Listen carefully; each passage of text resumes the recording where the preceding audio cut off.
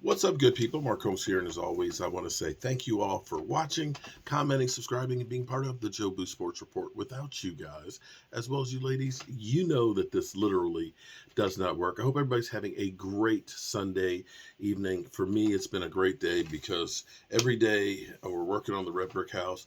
It takes another step forward, and today was another great step. I was able to close up that floor and get the water line into the house, and I've almost got the trench dug to the water meter and stuff. So for me, it's been a great day. But any day that I can wake up and get out of bed is always a great day for me because, we have to count our blessings. And I have been truly blessed to be here at 57 years of age. So this off season so far has seemed like it's been a blessing as well because this is for the first time more activity than the Cowboys ever do in the first week of football. The first week of literally, we haven't even finished the first week of the beginning of the league year. I remember one year the Cowboys literally went to North Carolina on vacation the first week. That's how bad it's always been. It's almost like the Dallas Cowboys' red badge of honor is we're not going to be signing any free agents the first week because we don't believe in signing and wasting that money. Now, you can look at it and say, but wait, what are you talking about, Mark? We got two new players. But those two players were trade players. We still believe in our own guys. We still have been signing our own players in free agency. I dare say that they are actually pretty good moves because bringing back Leighton Vander Esch definitely helps the run game. Bringing back Donovan Wilson definitely helps the run game as well. And, people, no matter what you do, people will go through and say, well, that guy's old. He's past his prime. But here's what you want to look at. Here's the measuring stick of what you want to say is, are we in a better position now than we were when we finished the end of the season? I have to look at it and say, Anthony Brown was a good player for us. He wasn't exceptional. He was serviceable.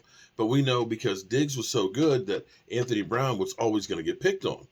Well, now, Stephon Gilmore, I'm not going to say he's the same guy he was 3 or 4 years ago, but he's still a lot better than Anthony Brown. You have to look at that and say, we're better off with our secondary because we've got 3 safeties that know the system, that if one goes down, you've got those other 2 that can pick up the slack.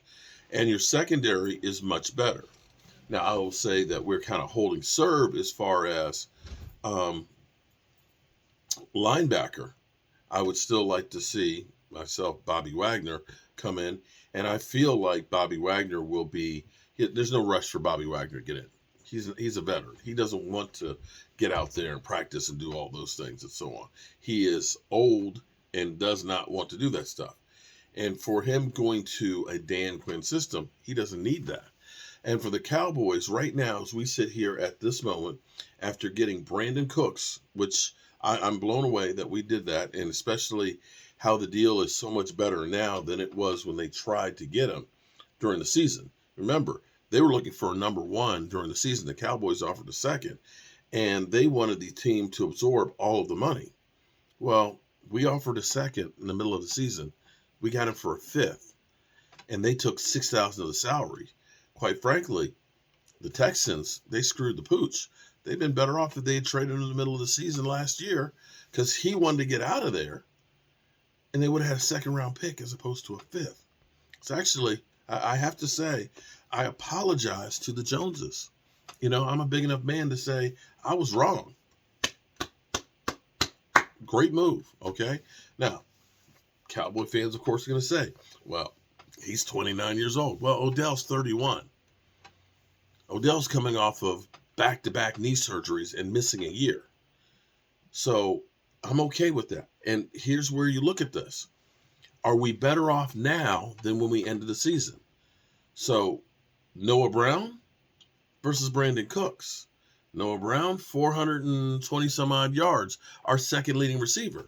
Brandon Cooks with Davis Mills and whoever else was thrown to him had almost 700 yards in the 13 games and no ACL. Is he DeAndre Hopkins? No, but DeAndre Hopkins, second round pick, bigger cap hit? Yeah. So as we sit here, Brandon Cooks is costing us $12 million this season.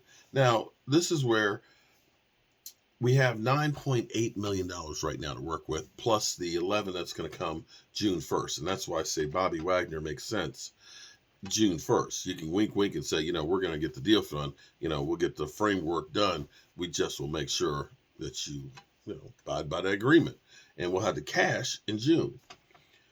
The Cowboys still can get some money. They still can do some things to do more things, okay? And, people will say, oh, well, you already did that. That's enough. But see, I was a Boy Scout. In Boy Scouts, the motto is be prepared. That means you got to be prepared for anything that happens. So that way you're not left out in the cold. Or if you're left out in the cold, you know how to make a fire and survive. Yeah. And so that Leighton Vander Esch is good when he's healthy, but he's got the neck issues that we've seen him off and on. Tyron Smith, he's coming back, great deal and stuff, and it's incentive laden. So the more game, basically each game he plays, he's getting an extra $1 million after the first half. But you've got to plan for knowing that Tyron Smith's going to miss time, because since 2016, every year he's missed time.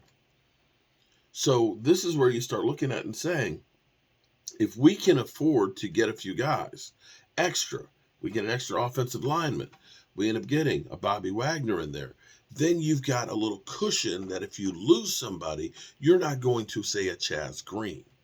So as we look at this, right now, they really haven't used all of the things that have availed them extra money.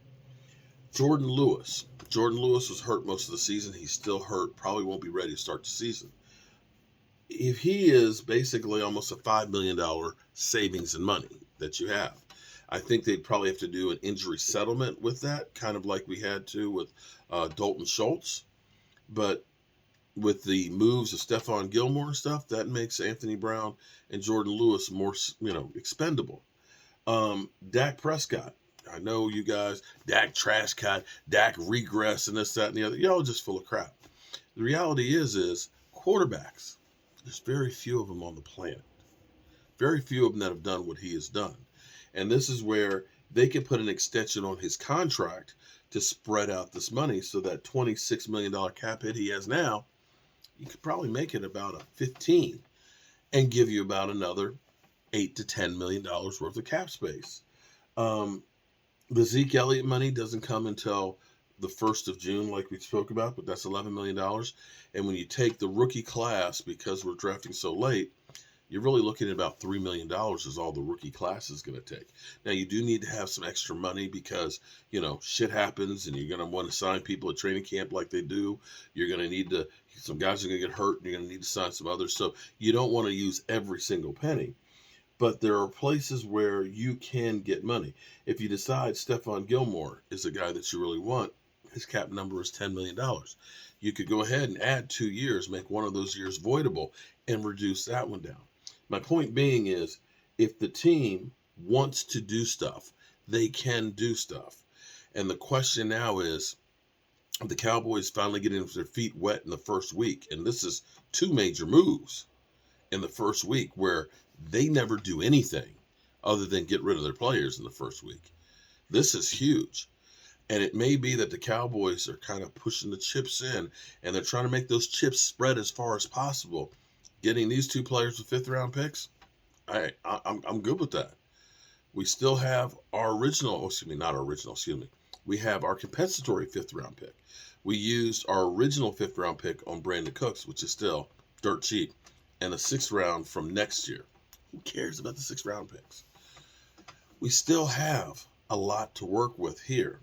And if you can get another offensive lineman, and if you can get Hankins back on the defensive line, then we're looking at going to the draft and literally being able to take just the best player available.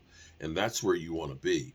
When you're ending up drafting for a need, the problem is like this. If your car breaks down and you go to the dealership that night because you got to go to work tomorrow and you got to get transportation, you'll take almost anything. And that car that looks like a hoopty that normally, if you didn't really need something, you would say, man, that thing's a piece of trash. I don't want it. But when you're desperate you kind of start making reasons why, yeah, this will work, this will work, this will work. And that's the same thing that happens when you are drafting at a need. That's why we drafted Tristan Hill. We looked at it and we said, we got to get help on the defensive line. And by the time it got to us, most of the really good ones were gone. But we were like, yeah, but Tristan Hill, he looked pretty good. He looked really good because what you had was bad. But in the case of drafting a CeeDee Lamb, we didn't really need the receiver, but that guy fell to us. Micah Parsons, well, we didn't need a linebacker, but Micah Parsons wasn't the guy that they were really targeting. We were looking at cornerback. And by taking that best player available, you end up getting more talent and bigger bang for your buck. So I still see the Cowboys trying to fill in some more of these holes in the next week or two. So I wouldn't be surprised to see Hankins return this week and possibly an upgrade on the defensive line and possibly looking at another offensive lineman. And they can do that if they want to. And I know when you think about $9.8 million, that's not much money to work with. Yeah, actually, it is. And I'll give you an example because last year, when Von Miller wanted to come here, Von Miller signed with Buffalo. Zadarius Smith, he wanted to come here.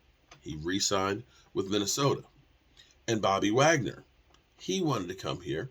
He signed with the Rams.